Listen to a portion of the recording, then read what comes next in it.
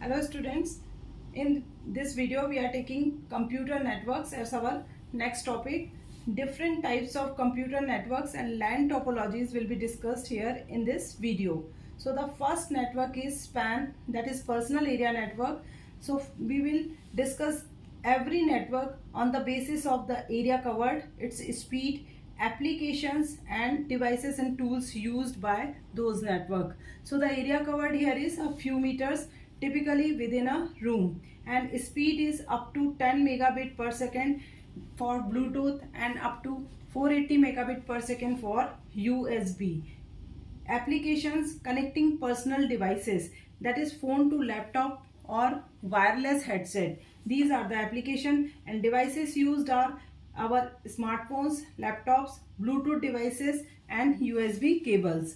Next network is local area network, that is LAN. So here again we will discuss this on the basis of these 4 points.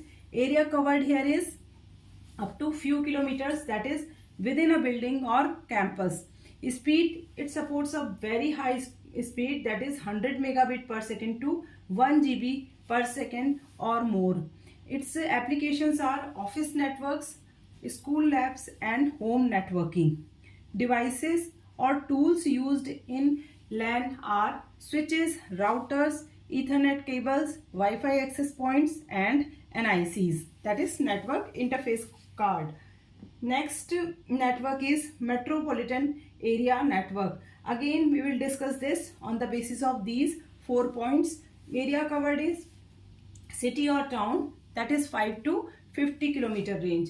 Speed is 10 megabit per second to 1 gigabit per second, that is lower than LAN speed. Applications are connecting multiple LANs within a city, and ISPs, that is internet service providers, are use this MAN, and cable TV networks also use this metropolitan area networks. Devices or tools used here are again routers. Fiber optics are replaced by this Ethernet cable. Microwave links also used, and network bridges. Bridges is a device to connect two network nodes. Now the last that is fourth area network is wide area network, and again we will discuss this on the basis of area covered, and area covered here is across countries and continents. So its area is very broad, and it varies, speed varies from megabit per second to gigabit per second depending upon infrastructure.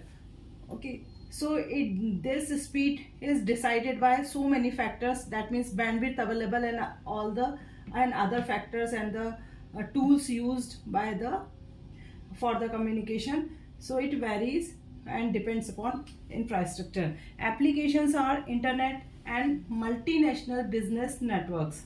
Devices and tools used are satellites are used here, leased lines are again used, established lines, and routers, modems, undersea cables. So these are the different networks. And the last network, that is again LAN, but it is a wireless LAN. So if LAN is or local area network is established using wireless connection, then it is wireless LAN network. Area covered is similar to LAN, but it is wireless within a building, and speed is 11 megabit per second. Its speed is fixed and it depends upon this 802.11b, that is the bandwidth allocated by IEEE to this wireless LAN, and up to several gigabit per second Wi-Fi 6x6E. So these are the bands that are utilized by this wireless LAN. So fix, and you have to learn or remember these speeds and bands. Applications: home or office wireless networking and public Wi-Fi. Devices and tools are again same, they are, that is routers, Wi-Fi access points and NICs, and those NICs are wireless. Now we come to the next topic, that is LAN topology. As we can see here in this picture, there are 4 LAN topologies. One of them is bus topology that we are going to study here first. What is the topology? Topology is nothing but the connection of the nodes in the network so that they can communicate with each other. So bus topology, where this is the big backbone cable or center cable through which all the nodes are connected. So here backbone cable that connects all the devices, and data travels in both directions, in forward and reverse. Both direction can be used for the data transmission. Easy to implement and extend, requires less cable as compared to other topologies, so it is cost effective. This topology is easy to implement, cost effective, and extension is also possible with this topology. But disadvantages are there. It is difficult to troubleshoot. If any problem arises here in this network, in this LAN topology, then it is difficult to troubleshoot. Limited cable length and number of devices. It can support only limited number of devices because if traffic increases, its performance degrades simultaneously. Backbone failure disables the entire network. The whole topology, whole network depends upon this center cable. If it fails, then whole network suspend. Application small offices. So this first topology, which is very common because it is easy to implement and extend, but it has its own limitations. Now we come to the second topology, that is its aspect temporary or ad hoc networks. Temporary networks are created through this bus topology. Now we come to the next topology, that is star topology. As we can see here, it is a picture where nodes are connected to a center node, and this center node is known as hub.